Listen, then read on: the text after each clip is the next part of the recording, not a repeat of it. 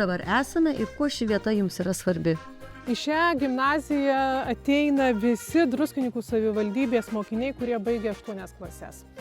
Tai jie neturi kito pasirinkimo, nes tai yra vienintelė gimnazija. Dėl to yra labai didelė atsakomybė atliepti tiek mokinių, tiek jų tėvų lūkesčius. Mūsų tikslas yra ne tik tais aukšti akademiniai rezultatai, bet ir labai gera aplinka, kad būtų emocinė aplinka, kad kiekvienas bendruomenės narys jaustųsi svarbus ir atsakingas. Tai dėl to man atrodo, kad kiekvienam mūsų bendruomenės nariui yra labai didelė atsakomybė atliepti visos bendruomenės lūkesčius. Kokia pirma mintis jums kilo išgirdus apie tūkstantmečio mokyklų programą? Labai džiugu yra tai, kad vis dėlto tai yra investicijos atsižvelgiant į kiekvienos ugdymo įstaigos specifiškumą, tai ko pati ugdymo įstaiga nori, o ne iš viršaus, kaip visą laiką būna, sakai, nuperkamos prekės, kurių galbūt mums visiškai nereikia ir mes nepanaudotume.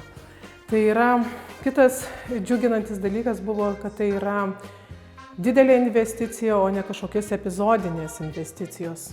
Tai kai mes galim pakeisti ne tik infrastruktūrą, bet ir visą ugdymo procesą. Tai šiaip džiuginančius. O koks pokytis jau gyvendinus ar gyvendinant šią programą yra matomas ryškiausiai, o koks mažiausiai? Kadangi pas mus orientacija buvo į STEM sritį, tai mes galime džiaugtis, kad mes turime šiuolaikiškas laboratorijas, kur mokinys gali atlikti tyriamuosius darbus, kelti hipotezes, eksperimentuoti, dirbti komandoje ar grupėje. Tai galima pasakyti, erdvėje visiškai kitom kompetencijom ugdyti, negu buvo prieš tai. Ir džiaugiamės tuo, kad toliau yra tęsiama šita veikla ir manau, kad tai pati geriausia investicija į vaiką, jo kompetencijų ugdymą, tai yra STEM srities laboratorijų įrengimą. O ką palinkėtume tam ketvirtakursiui, kuris svarsto eiti į pedagogikos kelią ar neiti? Nebijoti, nes visą laiką visose įstaigose jisai sulauks pagalbos. Kad tai yra iššūkis taip, bet kur mes nueitum į kokią darbovietę, visur yra iššūkiai. Tai pasimatuoti, pasižiūrėti 12 klasėje, šešėliuoti mokytoją, šešėliuoti įstaigos vadovą, konsultuoti su karjeros specialistu, ar mano asmeninės savybės atitinka šiai profesijai keliamus lūkesčius. Taip, pirmais metais visą laiką būna sunku ir ypač sunku, kada tu ateini 22 metų į 18 metų jaunuolių pamokas, o tenai sėdi 30 jaunuolių. Tai čia iššūkis yra atsistoti ir kalbėti jau vien prieš 30 savo bendraamžių ir dar išlaikyti dėmesį ir perteikti žinias. Bet visą laiką skiriamas mentorius. Susiduri su iššūkiais, ateini sprendžiame iššūkius. Jaunuolis nėra paliekamas vienas su savo problemomis. O kaip šią mokyklą jūs įsivaizduojat po 5 metų? Kitokią, kaip kitokią? Tūkstantmečio mokyklos programa mums tikrai suteikia daug galimybių atrasti naujų metodikų. Tai pirmoje vietoje aš matau, kad labai daug vyksta ugdomosios veiklos per projektinius darbus. Nes šiais laikais paprastą uždavinį ar paprastą klausimą atsakyti vaikams nėra sudėtinga, nes pasitelkia dirbtinį intelektą. Tai būtent projektinė veikla, darbas komandoje, viešas kalbėjimas turi atsirasti kasdieninėme ugdymo procese. Taip pat aš manau, kad tai, kas dabar yra sukurta, jinai bus investicijų papildomų dar šitom veiklom, nes, sakykime, be laboranto, dabar pas mus mokytojo konsultanto tikrai neįmanoma atlikti kokybiškai praktinius darbus, tai būtent, kad finansavimas bus jau toks stabilus biudžete darbuotojams. Po 5 metų aš jau matau, kad jeigu mes eisim šitą linkmę, kurią mes susikūrėme, turėtų gerėti ir ugdymosi rezultatai. Ir mokinių motyvacija. Nes veikla per praktiką, veikla per pažinimą, veikla kitoje neformalioje aplinkoje, išvykose, jinai vis tiek sukuria kitokį pasaulį. Tai mano tokias noras, kad kuo geresni rezultatai ir kuo labiau motyvuota visa bendruomenė po 5 metų.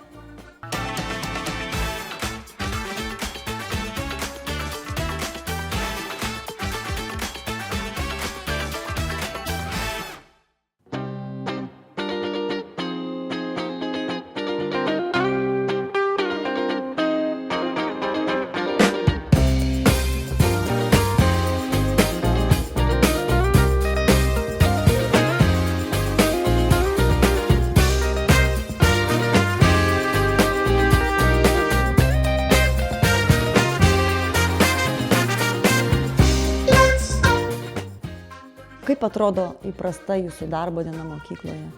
Jos skirtingos, jos panašios? Mano diena mokykloje prasideda visada nuo pasitikimo bendruomenės. Aš apačioje pasitinku bendruomenę ir pasimatuoju tą temperatūrą mokyklos gyvenimo.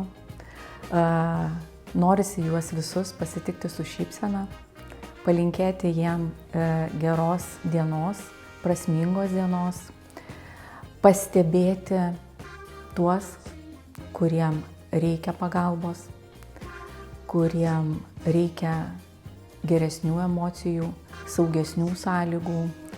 Tai mano rytai yra visi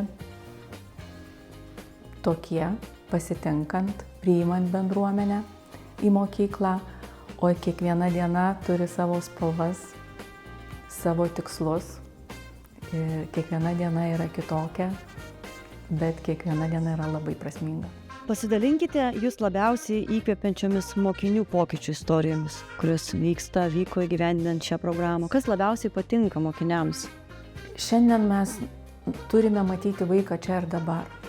Ir kada pamokoje tu matai mokinį, kuris visa savo esybę atsidavęs yra fotografijai, keramikai, kuria muziką, dainuoja, atlieka įrašo darbus, tai tu suvoki, dėl ko tu tai darei. Juk visa tai yra mokiniams, visa tai yra atliekama dėl vaiko ir tai, kad galima integruoti dalykus, kad galima susijęti matematiką su muzika, kad mokytojai kartu turėjo galimybę susėsti ir siekti bendrų tikslų tarp 2-3 dalykų pamokoje ir vaikai net nepajusdavo, kad muzikoje jie yra matematikoje, o fizika yra prie grafinių planšečių. Tai tas ugdymo procesas patampa pasimėgavimu.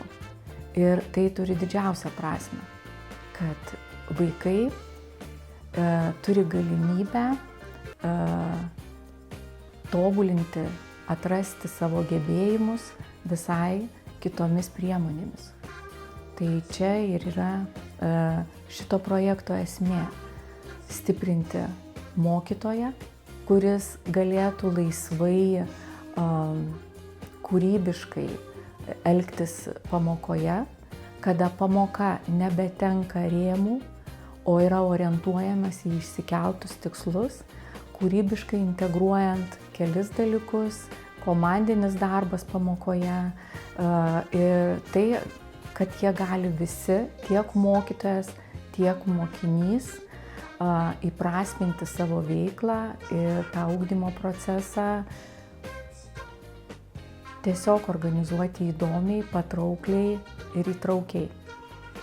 Ką jums reiškia kultūrinis ugdymas?